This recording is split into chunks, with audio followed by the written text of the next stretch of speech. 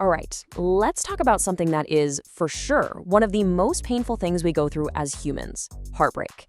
Today, we're going to walk through how to actually navigate those incredibly intense emotions and find a way to heal, starting with what might be the most crucial first step. I want to start with this question, just for you, because if you've been there, you know exactly what I'm talking about.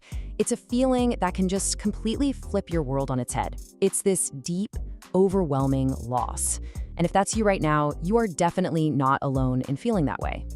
So our first stop on this journey, and this is so important, is just acknowledging a fundamental truth. The pain you are feeling is 100% real. It is not something you should ever brush aside or tell yourself to just get over. Let that one sink in for a second. That sadness, that pit in your stomach, the confusion, all of it, it's a completely legitimate response to losing someone. It is a form of grief. And just allowing yourself to call it that is the real first step to healing. And, this isn't just a poetic idea. Psychology and science actually recognize heartbreak as a serious emotional event. What it does is it triggers a genuine grief response in your brain, a lot like the one people experience when they lose a loved one. Your mind and your body are literally processing a massive loss.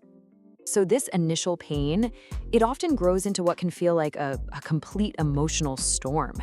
It's messy, it's chaotic, it's unpredictable, but if we can start to put a name to some of these feelings, we can start to make sense of it all. One minute, you might feel totally numb, and the very next, you're just boiling with anger. And then, boom, a huge wave of sadness hits you. This isn't you being unstable, no way. It's actually a sign that your mind is doing the hard work of processing the pain. That emotional roller coaster is a totally normal and necessary part of this.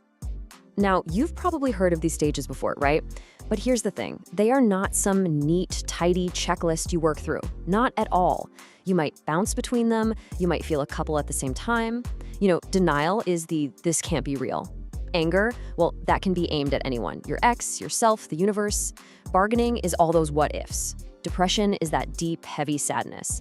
And eventually, acceptance is about realizing, okay, this is the new reality, and I can move on. Think of it less like a roadmap and more like a guide to help you name what you're feeling.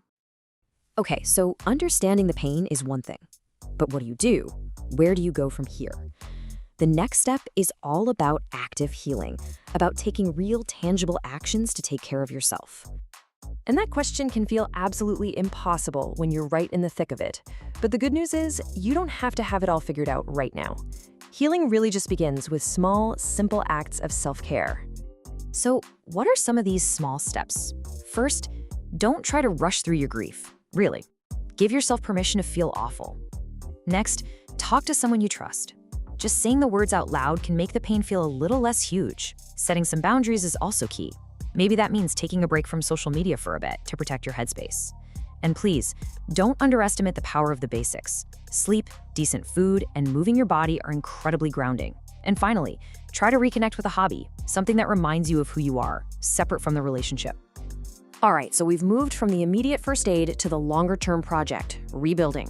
And this isn't about getting back to the person you were before. It's about becoming the person you are now.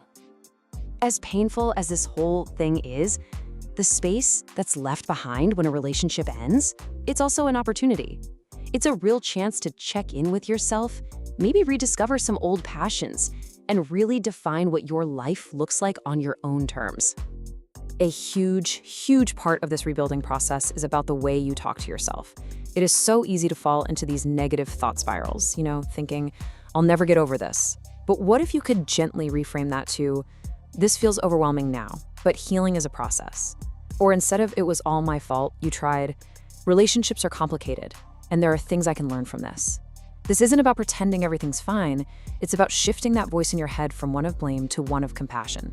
And that is an absolute game changer. And that brings us to our last section, looking forward. It might not feel like it right this second, but I promise there is a future that exists beyond this pain. I just love this quote from the poet Rumi. It's this beautiful idea that our points of deepest hurt can actually become our greatest sources of wisdom and strength. This experience, as awful as it feels, can genuinely open you up to a much deeper understanding of yourself. In the end, healing isn't about forgetting what happened. You don't just get over a loss that mattered. The memory, maybe even a little scar, might always be there, but you grow around it. Think of a tree that gets a deep cut in its trunk. It doesn't erase the wound, it grows around it, becoming stronger and bigger, and that experience just becomes part of its story. So I'll leave you with this question to think about. Maybe not today, maybe not tomorrow, but someday.